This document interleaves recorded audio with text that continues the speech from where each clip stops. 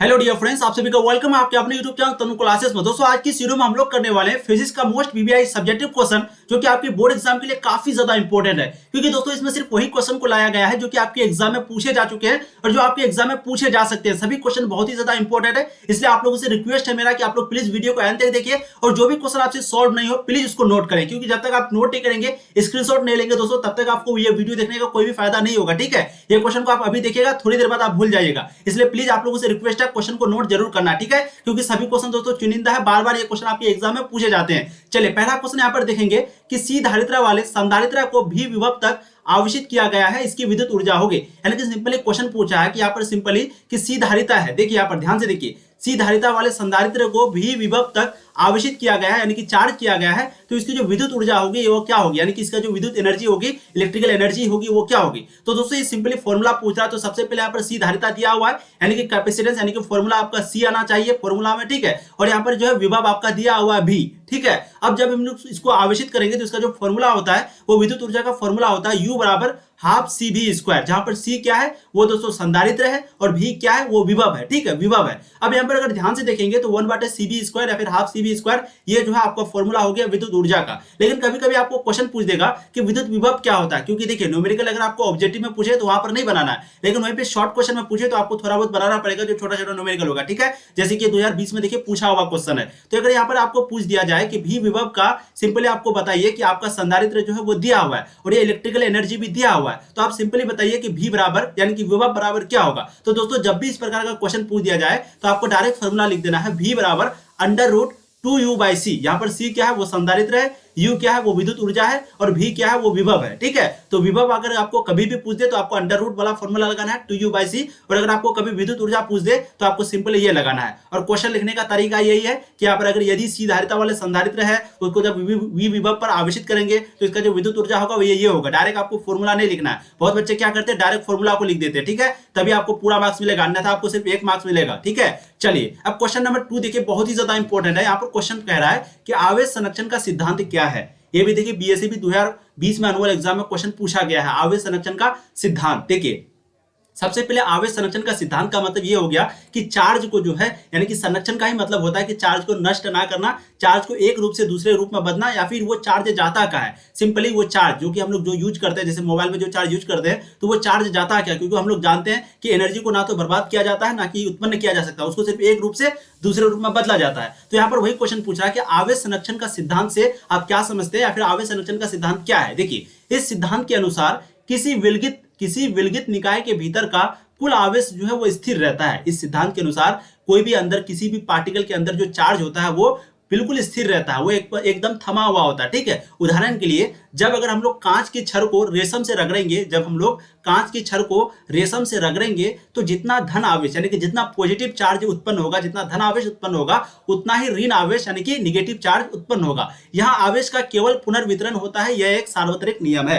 समझ में आ गया। यानी कि अगर हम लोग कभी कभी यानी कि किसको यहाँ पर एग्जाम्पल है, एक लिया कांच की छड़ को, एक लिया है रेशम को, जब इन दोनों को आपस में रगड़ेंगे तो कांच की छड़ में जितना धन आवेश होगा उत्पन्न, उतना ही ऋण आवेश जो है वो रेशम में होगा, और ये दोनों फिर एक दूसरे को न्यूट्रल कर देगा। तो यही चीज कह रहा है कि आवेश संरक्षण का सिद्धांत का मतलब यही हुआ कि वो जो है एक जगह स्थिर रहता है, वो बर्बाद व्यर्थ या फिर वेस्ट नहीं होता है। ठीक है, ये था आपका आवेश संरक्षण का सिद्धांत, और ऊपर वाला था आपका क्या, सी धारिता वाले। सिंपली आपको फॉर्मूला को जो है स्क्रीनशॉट ले लेना है। अब ये तीसरा क्वेश्चन देखिए, इस क्वेश्चन को थोड़ा सा समझिए, बहुत ही इंपॉर्टेंट है। देखिए यहाँ पर जो क्वेश्चन पूछा है वो है कि दो असमान, अगर यहाँ पर समान पूछ देता तो आपको क्या करना था, और असमान, मैं दोनों क्वेश्चन बता देता हूं क्योंकि ये दोनों क्वेश्चन पूछा जा सकता है। देखिए दो असमान आवेशों के बीच विद्युत बल रेखाओं को दिखाएं, यानी कि इलेक्ट्रिक फील्ड लाइन को दिखाइए। सिंपली पूछ रहा है कि दो असमान चार्ज है, दो असमान आवेश है, जैसे कि एक पॉजिटिव है धनावेश है और एक निगेटिव यानी कि ऋण आवेश, ये दोनों के बीच का रेखा जो है यानी कि जो विद्युत बल रेखा है जिसको हम लोग बोलते हैं, उसको सिंपली चित्र के द्वारा आपको दिखाने के लिए बोल रहा है। इसके लिए 2-3 कंडीशन है दोस्तों। सबसे पहला कंडीशन ये है कि जो विद्युत बल रेखा है वो हमेशा पॉजिटिव चार्ज से निकलता है।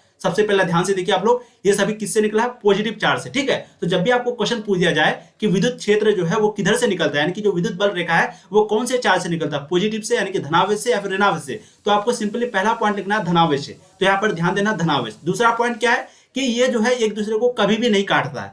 आप सुने होंगे ना कि विद्युत बल रेखाएं जो है वो एक दूसरे को कभी नहीं काटता। ये भी क्वेश्चन पूछा जाता है कि क्यों नहीं काटता है। ठीक है। ये भी क्वेश्चन पूछता है कि क्यों नहीं काटता, तो हम लोग इसी वीडियो में आगे देखेंगे। फिलहाल आप देखिए यहाँ पर पूछ रहा दो असमान। असमान का मतलब हो गया कि एक पॉजिटिव होगा एक निगेटिव होगा। अब हम लोग जानते हैं पॉजिटिव निगेटिव जो है एक दूसरे को अट्रैक्ट करता है। ध्यान दीजिएगा, वीडियो थोड़ा लंबी बने बट आपको कॉन्सेप्ट समझ में आना चाहिए। देखिए दो असमान आवेश है, एक पॉजिटिव निगेटिव है, और हम लोग जानते हैं कि पॉजिटिव निगेटिव जो है वो एक दूसरे को अट्रैक्ट करता है, आकर्षण करता है। जब आकर्षण करेगा तो ऑटोमेटिक बात है कि ये प्लस जो है वो माइनस की ओर जाएगा, ठीक है। और क्योंकि हम लोग जानते हैं विद्युत बल रेखाएं जो है वो प्लस की तरफ से निकलता है, यानी कि पॉजिटिव की तरफ से निकलता है, इसलिए आपको चित्र जो है कुछ इस प्रकार बनाना है। जैसे कि यहाँ पर देखिए ये आपका चित्र बल रेखा बना हुआ है, ये बल रेखा बना हुआ है, और एक दूसरे को देखिए समान दूरी पर है, एक दूसरे को कभी भी नहीं काटती है। और थोड़ा सा आपको आगे और बना देना, जैसे अगर यहाँ ध्यान से देखेंगे तो कुछ इस प्रकार से ऐसे करके यहाँ पर आया, ठीक है। इसको भी देखेंगे दोस्तों, ये बहुत दूर जाकर के जो है कुछ इस प्रकार यहाँ पर आया होगा, और अगर इसको भी देखेंगे तो कुछ इस प्रकार नीचे आकर के तब इस तरीके से गया होगा, ठीक है। तो ये हो गया आपका दो असमान आवेशों के बीच विद्युत बल रेखाएं। अगर आपको वहीं पे दे देता समान आवेश का मतलब यहाँ पर भी प्लस दे देता और यहाँ पर भी प्लस दे देता, या फिर यहाँ भी माइनस दे देता, यहाँ भी माइनस दे देता। तो जब भी इस तरीके का आपको क्वेश्चन पूछे तो आपको सिंपली क्या लगाना है कि ये प्लस जो है वो सिंपली इधर भागेगा, आपको इधर नहीं लगाना है, इधर ऐसे मोड़ देना है, ऐसे मोड़ देना है, ऐसे करके, ठीक है। समझ रहे हैं आप, ऐसे करके आपको मोड़ देना है। मैं थोड़ा सा आपको कलर दिखा करके अलग कलर लेके समझाता हूं ताकि आपको अच्छे से समझ में आ जाए कॉन्सेप्ट, ठीक है। देखिए आपको सिंपली कैसे इधर इधर कर देना है, देखिए ऐसे करके जो है विद्युत बल रेखाएं को आपको डिनोट करना है, ऐसे करके ऐसे करके ऐसे करके। और ये माइनस वाला की तरफ नहीं, प्लस वाला जो इधर जाएगा और माइनस वाला जो ऐसे दे। वैसे कभी क्वेश्चन पूछा नहीं है, लेकिन अगर कभी क्वेश्चन पूछ दे तो आपको सिंपल ऐसे दे देना, ठीक है। तो अगर दो समान आवेश पूछ दे तो एक दूसरे को रिपल करेगा, यानी कि एक दूसरे को विकर्षण करेगा, तो एक दूसरे से दूर भागेगा। और वहां पे असमान आवेश रहे, यानी कि प्लस और माइनस रहे, तो एक दूसरे को अट्रैक्ट करेगा, तो कुछ इस प्रकार करेगा। ये दोनों चीज आपको उम्मीद करते हैं समझ में आ गई होंगी। अब देखिए नेक्स्ट क्वेश्चन नंबर आपका जो भी है, विद्युत आवेश क्या है, इसके दो गुण को लेकर बहुत ही इंपॉर्टेंट क्वेश्चन है। विद्युत आवेश क्या है, ये भी क्वेश्चन देखिए 2012 में क्वेश्चन पूछा गया है, लेकिन ध्यान से देखिए कि विद्युत आवेश क्या है और इसके दो गुण क्या है, दोनों को लिखने के लिए कह रहा है।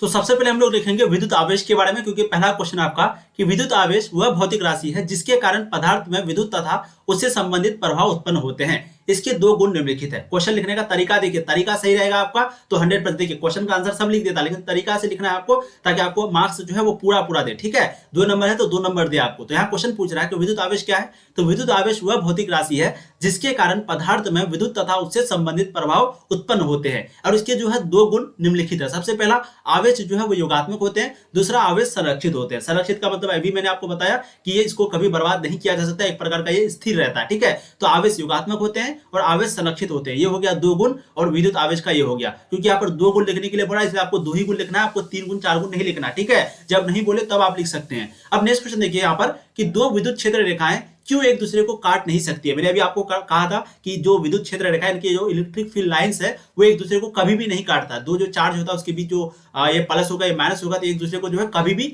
नहीं काटेगा। तो क्यों आखिर नहीं काटती है, ठीक है। और क्या दो समविभव सतह काट सकती है, क्या दो समविभव सतह एक दूसरे को काट सकती है। तो दोनों चीज का आंसर को देखते हैं। यदि दो विद्युत बल रेखाएं एक बिंदु एक दूसरे को, यदि दो विद्युत बल रेखाएं एक बिंदु एक दूसरे को काटती है तो उस बिंदु पर दो स्पर्श रेखाएं होती है, अतः उस बिंदु पर विद्युत क्षेत्र को दो दशाएं असंभव है। अब सिंपली यहाँ पर समझिए क्या बोला, आपको अभी समझ में आएगा। देखिए यहाँ पर ये दो चार्ज है, यहाँ पर ये दो चार्ज है, मतलब एक चार्ज यहाँ पर प्लस है, एक चार्ज यहाँ पर माइनस है। अगर आप यहाँ ध्यान से देखेंगे तो ये कुछ इस प्रकार जाएगा, ये भी कुछ इस प्रकार जाएगा। लेकिन अगर आप थोड़ी देर के लिए मानेंगे कि एक दूसरे को क्यों नहीं काटती है, तो मान लेते हैं हम इसको कटा देते हैं। इसको अगर हम ऐसे कटा देंगे तो आप यहाँ पर देखिए, एक तो आपका पहले ये दिशा था, एक ये दिशा था, एक आपका यहाँ पर एक दिशा था, और एक दिशा यहाँ पर अलग हो गया। फिर ये क्योंकि ये कट गया तो ये दिशा जो अलग हो गया। और हम लोग जानते हैं चार्ज का जो डायरेक्शन होता है वो सिर्फ एक ही तरफ होता है। तो सिर्फ वही क्वेश्चन यहाँ पर कह रहा है, यदि विद्युत बल रेखाएं एक दूसरे को किसी एक बिंदु पर एक दूसरे को काटती है तो उस बिंदु पर दो स्पर्श रेखाएं बनता है,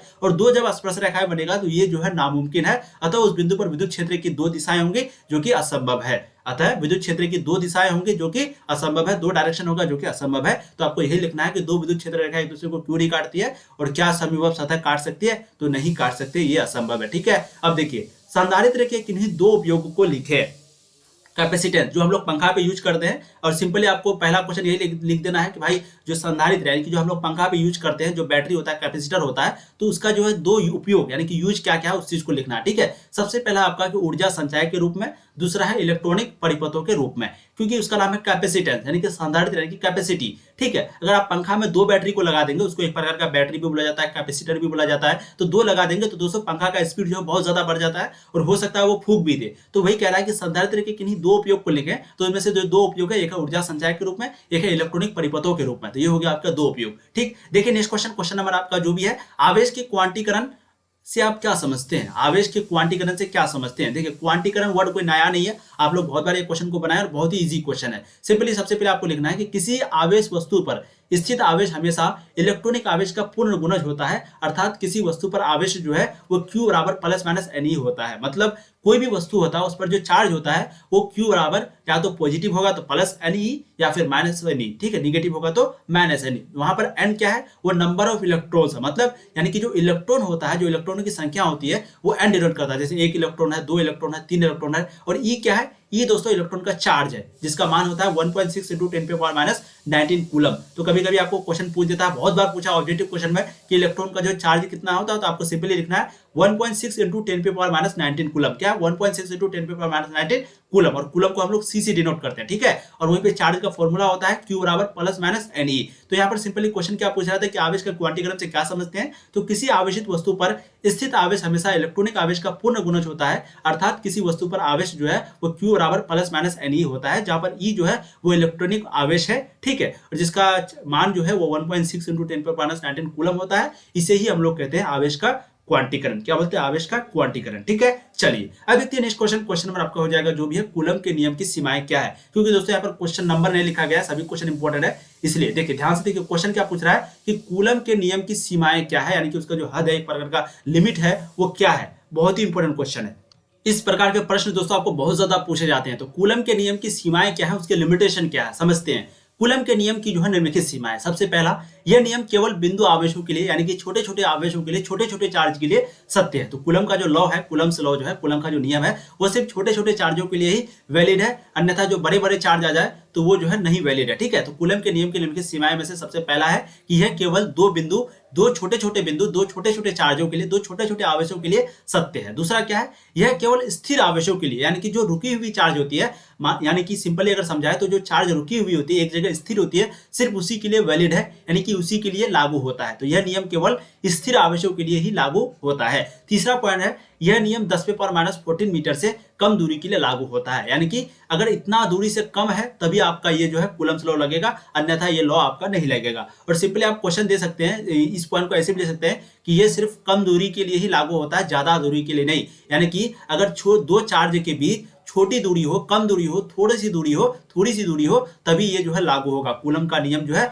लागू होगा, अन्यथा वहां पर लागू नहीं होगा। तो उसी को क्या बोले कि 10⁻⁻14 से कम दूरी के लिए लागू होती है। आपको क्वेश्चन में पूछा जाता है, ऑब्जेक्टिव क्वेश्चन में भी, कि जो कूलम्स लॉ है उसकी सीमा यानी कि वो कितनी दूरी के लिए लागू होती है या फिर कितनी दूरी से कम। तो आपको सिंपल आंसर लिखना है ऑप्शन में 10⁻⁻14 मीटर से कम दूरी के लिए लागू होता है कूलम्स लॉ। ठीक है, और स्थिर आवेशों के लिए लागू होता है कूलम्स लॉ, और दो छोटे छोटे चार्जों के लिए लागू होता है। तो ऑब्जेक्टिव क्वेश्चन पूछे या फिर शॉर्ट क्वेश्चन पूछे, आपको ऐसे ही आंसर देना। ठीक है, अब यहाँ पर अगर नेक्स्ट क्वेश्चन देखेंगे, पराबैंगनी विकिरण के 2 गुणों एवं 2 उपयोगों को लिखें।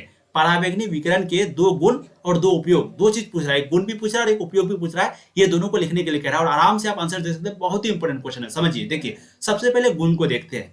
यह किरणें कांच द्वारा अवशोषित की जाती है, यानी कि पराबैंगनी किरणें जो है वो कांच के द्वारा क्या होता है? अवशोषित किया जाता है। दूसरा पॉइंट, वायुमंडल के अणुओं, परमाणुओं को आयनीकृत कर देती है, जिसके कारण आयन मंडल का निर्माण होता है। तो सिंपली सबसे पहला पॉइंट देखा कि ये जो है कांच के द्वारा अवशोषित हो जाती है। दूसरा है कि जो वायुमंडल के अणु होते हैं, परमाणु होते हैं, उनको क्या करता है? आयनीकृत कर देता है, जिसके कारण जो आयन मंडल है उसी का निर्माण होता है, यानी कि इसके कारक आयन मंडल का निर्माण होता है। अब इसका उपयोग क्या क्या है? सबसे पहला उपयोग है अदृश्य लिखावट एवं कीमती पत्थरों की पहचान हेतु इनका उपयोग होता है। अदृश्य लिखावट, जैसे कि आप लोग सुने होंगे लिपि वगैरह या फिर अभिलेख वगैरह, जो पुराने इतिहास थे, हड़प्पा सभ्यता हो गया, बहुत पुराने जो मगध युग हो गया, ये सभी चीजों के बारे में हम लोगों को जानकारी कैसे मिली है? यानी कि अदृश्य लिखावट है और कीमती पत्थर, तो इनकी जो पहचान के लिए है पराबैंगनी विकिरण का उपयोग किया जाता है। किसकी पहचान के लिए? अदृश्य लिखावट के लिए और कीमती पत्थरों के लिए। ठीक है, दूसरा है कि पदार्थ के संरक्षण में इनका उपयोग किया जाता है। पदार्थ के संरक्षण में इनका उपयोग किया जाता है। किसका? पराबैंगनी विकिरण का। ठीक, अब यहाँ पर नेक्स्ट क्वेश्चन पूछ रहा है कि एक्स किरणें की उत्पत्ति को बताएं एवं इसके गुणों को लिखें। एक तो उत्पत्ति पूछ रहा है और एक गुण लिखने बोल रहा है। ठीक है, और कभी कभी आपको पूछ देता है कि उपयोग को लिखें, ये भी क्वेश्चन देखिए पूछा हुआ क्वेश्चन है।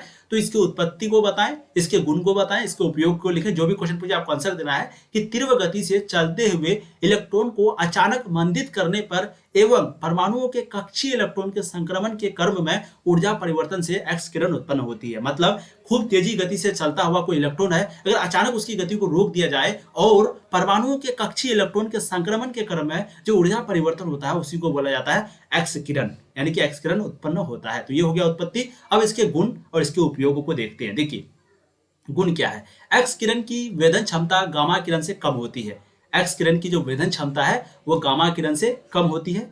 गैसों को आयनीकृत कर देता है। तो एक्स किरण जो है वो क्या करता है, एक्स किरणें वो गैसों को आयनीकृत कर देता है। अब उपयोग क्या है, तो एक्स किरणों के द्वारा क्रिस्टलों की और उनके इलेक्ट्रॉनों की कक्षाओं की जानकारी मिलती है। आपको मालूम होगा एक्स का क्लास 11th में आप लोग पढ़े होंगे केमिस्ट्री में, फिजिकल केमिस्ट्री में, वहां पर एक्स का ही प्रयोग करके जो है सभी के बारे में, इलेक्ट्रॉनिक विन्यास के बारे में, इलेक्ट्रॉनिक कक्षा के बारे में पता लगाया गया था। तो एक्स किरणों के द्वारा क्रिस्टलों की और उनके इलेक्ट्रॉनों की कक्षाओं की जानकारी मिलती है। दूसरा, इन किरणों का उपयोग चिकित्सीय जांच में, जासूसी विभाग में किया जाता है। एक चिकित्सीय जांच में और एक जासूसी विभाग में एक्स किरणें का उपयोग किया जाता है। इसलिए आप लोग सुनते होंगे एक्स रे। क्या है? X ray. ठीक है, जो एक्स रे हम लोग करते हैं, जो कभी हड्डी वगैरह टूट जाती है वगैरह, तो वहां पर भी इसका उपयोग होता है। तो क्या बोला?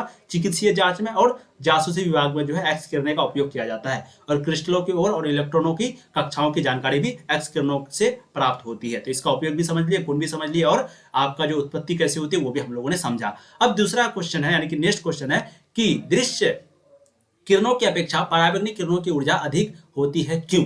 यानी कि जो दृश्य किरण है उसकी अपेक्षा पराबैंगनी किरणों की ऊर्जा जो है, एनर्जी जो है वो ज्यादा होती है, क्यों? देखिए विद्युत चुंबकीय तरंग का विस्तार जो है वो सूक्ष्म तरंगदैर्घ्य की गामा किरणों से लेकर रेडियो तरंगों के बीच होता है। विद्युत चुंबकीय तरंग जो होता है उसका विस्तार कहां तक? सूक्ष्म तरंगदैर्घ्य यानी कि सूक्ष्म वेवलेंथ की गामा किरणों से लेकर के रेडियो तरंगों के बीच होता है। और प्लांक के यानी कि प्लांक कांस्टेंट के अनुसार, प्लांक के अनुसार विकिरण ऊर्जा बराबर होता है E बराबर एच म्यू, और वहीं पे इसका बराबर यानी कि एच सी बाई लेमडा। तो E बराबर कभी कभी फॉर्मूला पूछा जाता है एच सी बाई लेमडा। क्या होता है? H C by lambda. ठीक है, दृश्य प्रकाश के सभी घटकों की अपेक्षा पराबैंगनी किरणों का तरंगदैर्घ्य अत्यधिक छोटा होता है। इसलिए पराबैंगनी किरणों की ऊर्जा का मान जो है दृश्य किरणों की ऊर्जा की अपेक्षा अधिक होता है। समझ गए? यानी कि दृश्य प्रकाश के सभी घटकों की अपेक्षा पराबैंगनी जो किरणों का तरंगदैर्घ्य वेवलेंथ है वो बहुत ज्यादा छोटा होता है। इसीलिए पराबैंगनी किरणों की जो ऊर्जा का मान है वो दृश्य किरण की ऊर्जा के मान अधिक होता है। यानी कि सिंपली अगर समझे, जिसका वेवलेंथ बहुत छोटा हो, जैसे कि पराबैंगनी का वेवलेंथ बहुत ज्यादा छोटा है, तो उसका जो है ऊर्जा यानी कि ऊर्जा की जो अपेक्षा है वो अधिक होता है। सिंपली समझ गए आप? ऊर्जा अधिक होगा, वेवलेंथ कम, ऊर्जा अधिक। वेवलेंथ छोटा यानी कि तरंगदैर्घ्य छोटा, तो ऊर्जा जो है अधिक होगा। तो वही क्वेश्चन पूछ रहा है कि दृश्य किरणों की अपेक्षा पराबैंगनी किरणों की ऊर्जा अधिक क्यों होती है? तो सिंपली देना है कि पराबैंगनी किरणों की वेवलेंथ, क्योंकि पराबैंगनी किरणों की जो वेवलेंथ है यानी कि तरंगदैर्घ्य है वो बहुत कम होती है, जिसके कारण इसका जो ऊर्जा है वो अधिक होता है। और दृश्य किरणों की जो है वेवलेंथ यानी कि तरंगदैर्घ्य वो ज्यादा होती है। ठीक है, इसलिए उसका जो है तरंगदैर्घ्य अधिक छोटा, इसलिए जो है दृश्य किरणों का जो है एक प्रकार का ऊर्जा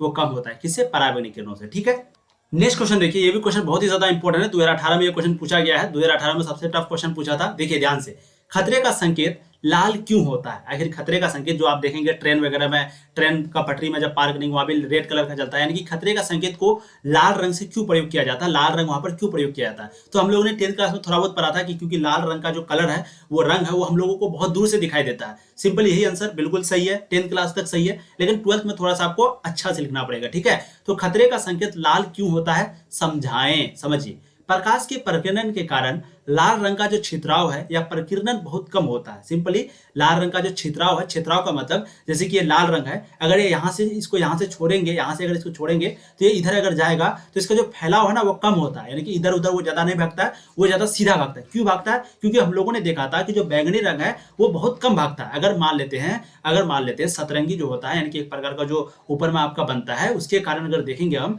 तो 7 रंग जो निकलता है, जैसे कि एक प्रिज्म में पढ़े थे हम लोग, प्रिज्म में यहाँ पर दोस्तों वन विक्षेपण जब कराएंगे तो टोटल 7 रंग निकलेगा, जैसे रेड कलर जो है वो सबसे ऊपर होता है, वहीं पे बैंगनी कलर जो है वो सबसे नीचे होता है। तो जब रेड कलर सबसे ऊपर होगा तो इसका मतलब है कि इसको स्पीड ज्यादा होगा। इसका जब स्पीड ज्यादा होगा तो इसका मतलब होगा कि इसका जो छिड़काव है यानी कि इसका जो क्षेत्र है यानी कि फैलाव है, यानी कि ये ज्यादा नहीं फैलेगा, ये क्या होगा आगे आगे भागेगा, सीधा भागेगा। तो सिंपली वही कह रहा है कि प्रकाश के प्रकीर्णन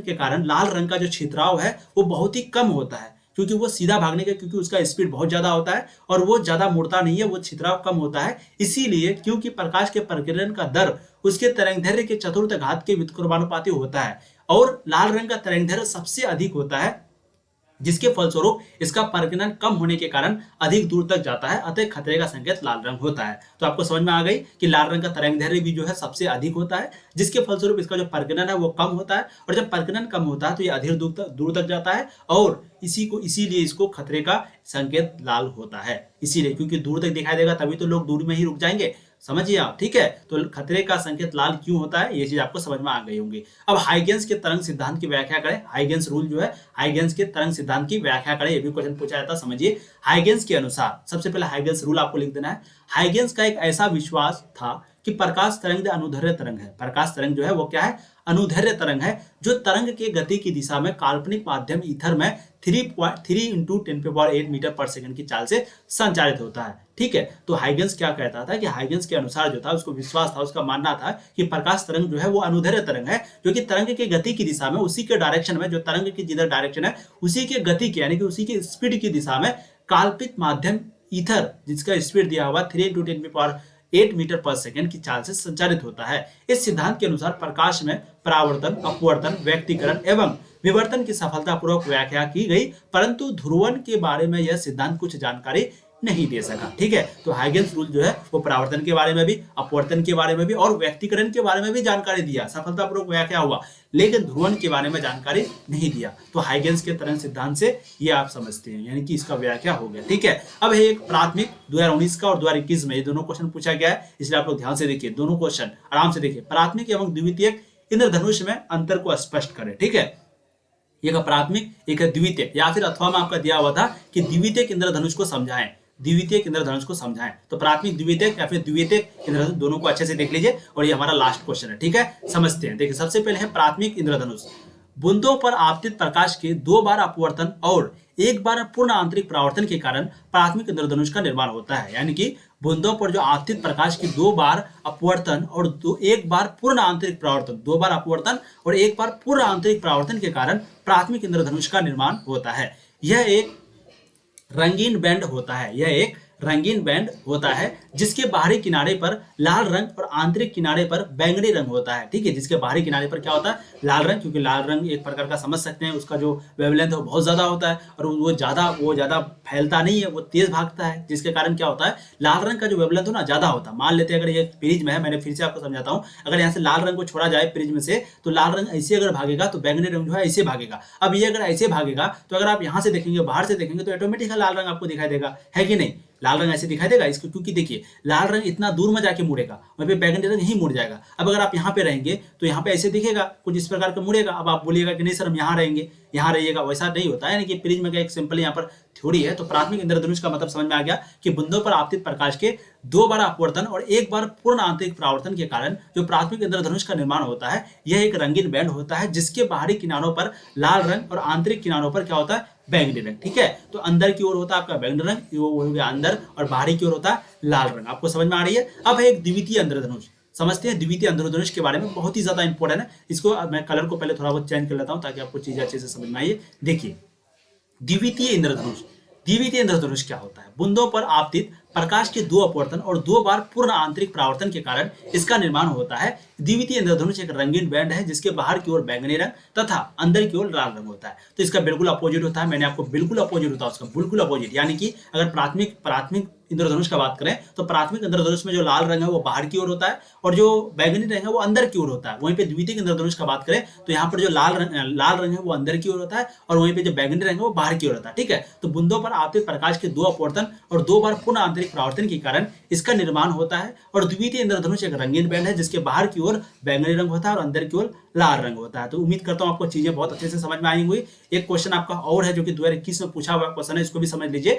नेत्र के समंजन क्षमता से आप क्या समझते हैं, आप लोग 10th क्लास में भी पढ़े होंगे, बहुत इंपॉर्टेंट है। 2021 में ये क्वेश्चन आपको पूछा गया। ठीक है, 2021 में देखिए, नेत्र के समंजन क्षमता से आप क्या समझते हैं, ये क्वेश्चन बहुत ही ज्यादा इंपॉर्टेंट है। देखिए, नेत्र लेंस की वह क्षमता जिसके कारण वस्तु की दूरी बदलने के साथ ही नेत्र लेंस की फोकस दूरी स्वतः समनियोजित हो जाती है तथा प्रतिबिंब रेटिना पर बनता है। नेत्र लेंस की समझने क्षमता कहलाता है। तो सिंपली क्वेश्चन है कि क्योंकि हम लोग जानते हैं हम लोगों के अंदर जो लेंस होती है उसको एक प्रकार का वस्तु के द्वारा, यानी कि अगर मान लेते हैं वस्तु का आकार छोटा है तो हम लोगों का फोकस दूरी भी जो है उसी को समायोजित कर देगा, यानी कि एक प्रकार का समझ सकते हैं कि जो उस वस्तु का आकार रहेगा उसी के अनुसार हम लोगों का फोकस दूरी हो जाएगा, उसी के अनुसार हम लोगों का इस तरीके से फोकस दूरी को बना देगा ताकि हम लोगों का जो चित्र है वो कहां पर बने, रेटिना पर बने। क्योंकि हम लोग जानते हैं प्रतिबिंब जो बनता है मनुष्य के अंदर, मानव नेत्र के अंदर, वो कहां पर बनता है, वो रेटिना पर बनता है। ध्यान दीजिएगा, ऑब्जेक्टिव में आपको पूछा जाता है कि प्रतिबिंब कहां पर बनता है मनुष्य की आंख के अंदर, तो वो रेटिना पर। ठीक है, तो नेत्र लेंस की वह क्षमता जिसके कारण वस्तु की दूरी बदलने के साथ साथ, यानी कि वस्तु की दूरी को अगर बदलेंगे